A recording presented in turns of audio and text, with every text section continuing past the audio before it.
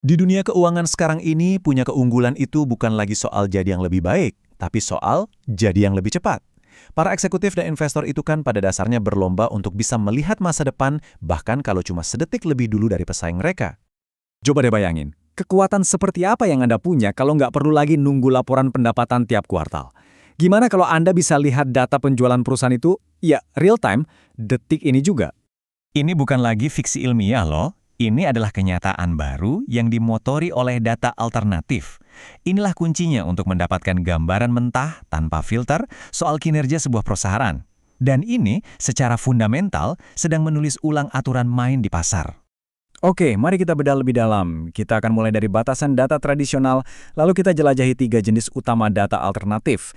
Kita juga akan lihat gimana data ini secara dramatis meningkatkan presisi prediksi, dan terakhir kita bahas implikasi strategisnya untuk efisiensi pasar dan masa depan keuntungan investasi. Jadi, kenapa sih kita butuh pendekatan baru ini? Jawabannya simpel, karena metode lama, seperti laporan tahunan atau dokumen resmi, punya kelemahan yang cukup signifikan. Nah, di sini kelihatan banget pergeseran fundamentalnya. Data tradisional itu kan sifatnya resmi, tapi ya gitu sering telat dan seperti yang kita lihat di kasus Luckin Coffee bisa dimanipulasi.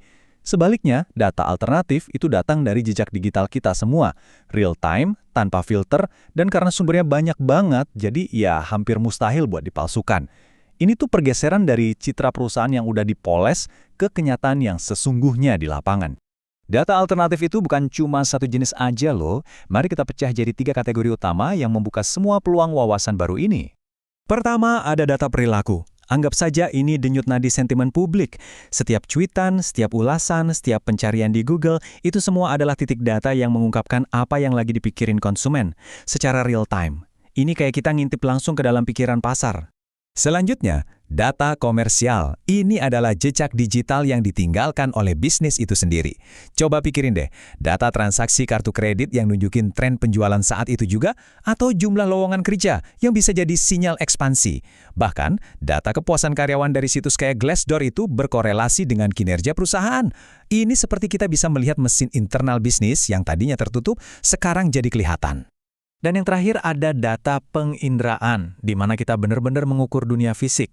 Dengan menganalisis citra satelit tempat parkir toko, kita bisa prediksi jumlah pengunjung. Data lokasi dari ponsel bisa menunjukkan pola pergerakan ekonomi. Ini adalah cara mengubah aktivitas dunia nyata menjadi indikator keuangan yang bisa diukur. Oke, jadi kita punya semua data baru ini. Tapi, seberapa besar sih bedanya?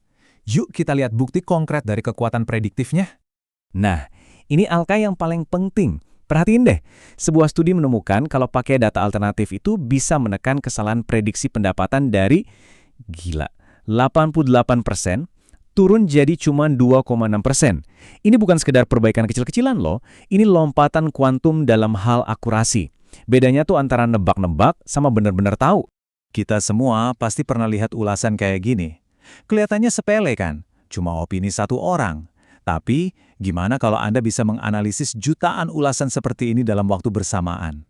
Jadi, poin krusialnya begini. Sebuah riset masif menemukan hubungan langsung antara lonjakan ulasan positif yang mereka sebut sebagai ulasan abnormal dengan kinerja saham dan pendapatan di masa depan.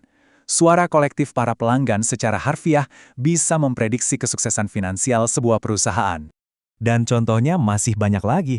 Seperti yang sudah kita bahas, gambar satelit tempat parkir, data kartu kredit, bahkan obrolan di platform keuangan seperti StockTwits, semuanya terbukti punya kekuatan prediksi yang luar biasa.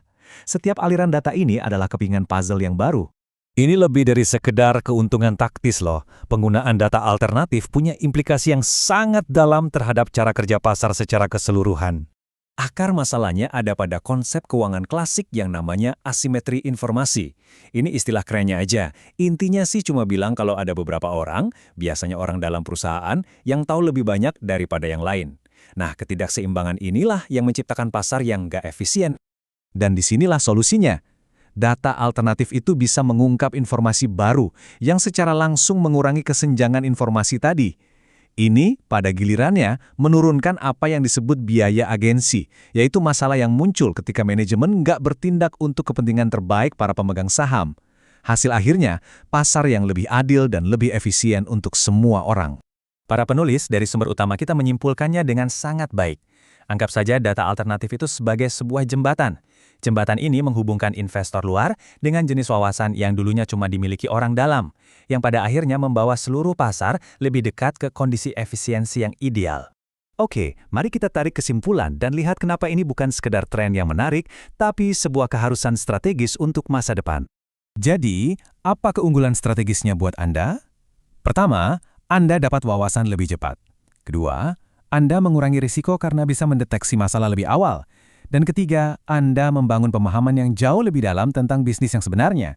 Ketika data tradisional sudah jadi komoditas biasa, kemampuan Anda memanfaatkan data alternatif inilah yang menjadi sumber alfa, keunggulan kompetitif Anda yang baru. Jadi, saya akan tinggalkan Anda dengan pertanyaan ini. Di masa depan di mana data mentah ada di mana-mana, keunggulan itu bukan lagi datang dari sekedar punya informasi.